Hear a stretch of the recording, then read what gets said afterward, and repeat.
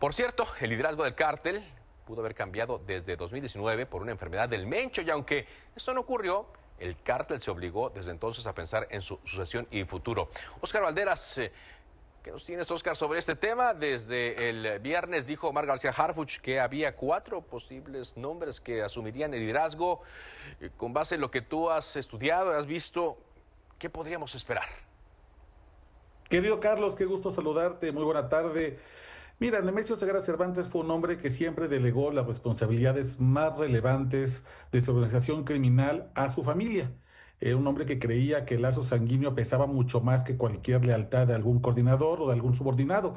Así que es altamente probable que su sucesor sea su hijastro Juan Carlos Valencia el 3. Incluso su alias, pues habla de una línea sucesoria bastante clara. La clave privada del Mencho era el 1, el 2 el Menchito, que hoy está preso en Estados Unidos enfrentando cadena perpetua, y el 3 es a quien le tocaría. Ahora, es probable que los otros liderazgos como el Sapo, el Jardinero o el Doble R, que son operadores muy relevantes del cártel Jalisco, decidan no hacer caso a ese testamento, decidan rebelarse y buscar quedarse con una estructura criminal que tiene presencia en más de 60 países del mundo. Si esto ocurriera, el cártel Jalisco entraría en una guerra interna, en una disputa por lo alto de este puesto, y esto no significa que el cártel Jalisco Nueva Generación vaya a desaparecer. El texto que presento hoy en Milenio justamente habla de cómo Nemesio Ceguera Cervantes, pues consciente de su propia mortalidad, que tenía un padecimiento que podía cortar su vida, preparó su salida y comenzó a gestionar a un cártel Jalisco Nueva Generación mucho menos como cártel y mucho más como empresa criminal para que pudiera funcionar sin cabeza. En el texto yo hago un símil entre Apple y cómo logró sobrevivir a la muerte de Steve Jobs y continuar siendo una empresa transnacional muy exitosa, y cómo el cártel Jalisco Nueva Generación podría funcionar sin el Mencho. Y aquí hay un dato que crucé con agentes de la DEA y con Chris Dalby, un periodista muy, muy famoso, en el que cuenta cómo el propio Mencho comenzó, desde que supo de su enfermedad, a darle mucha autonomía a sus jefes de plaza para que cada uno de ellos pudiera abrir más negocios, tener mayor recaudación, y que con estos, digamos, gerentes independientes, el cártel pudiera tener vida propia sin que Nemesio Ceguera Cervantes lo dirigiera. Esa es la situación.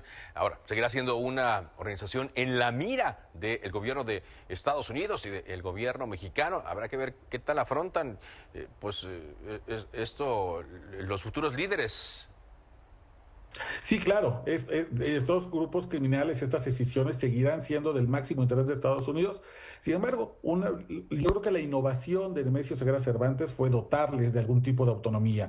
Los jefes de plazas simplemente tenían que reportar una ganancia, digamos, a la franquicia del cártel Jalisco, y podían actuar como quisieran. Esto de algún modo también permitió al Mencho reducir rebeliones o inconformidades, mientras liderazgos como los del Chapo Guzmán o el Mayo Zambada eran realmente tiránicos, nada se movía sin su supervisión y su autorización. El Mencho les permitía mucho margen de maniobra, se metía poco dentro de las discusiones de los grandes capos, a muchos les dejó operar en criptomonedas, fraudes de venta de tiempos compartidos, instalación de call centers apócrifos, justamente para que cada uno creciera y pudiera hacerse cargo de su propio grupo sin necesidad de consultar todo con él.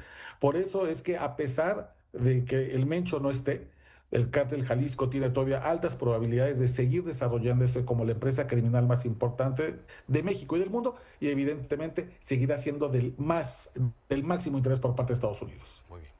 Gracias, Óscar. Gracias, Carlos. Quien quiera leer el texto ya está en milenio.com. Un abrazo. Ahí lo leemos. Muchas gracias.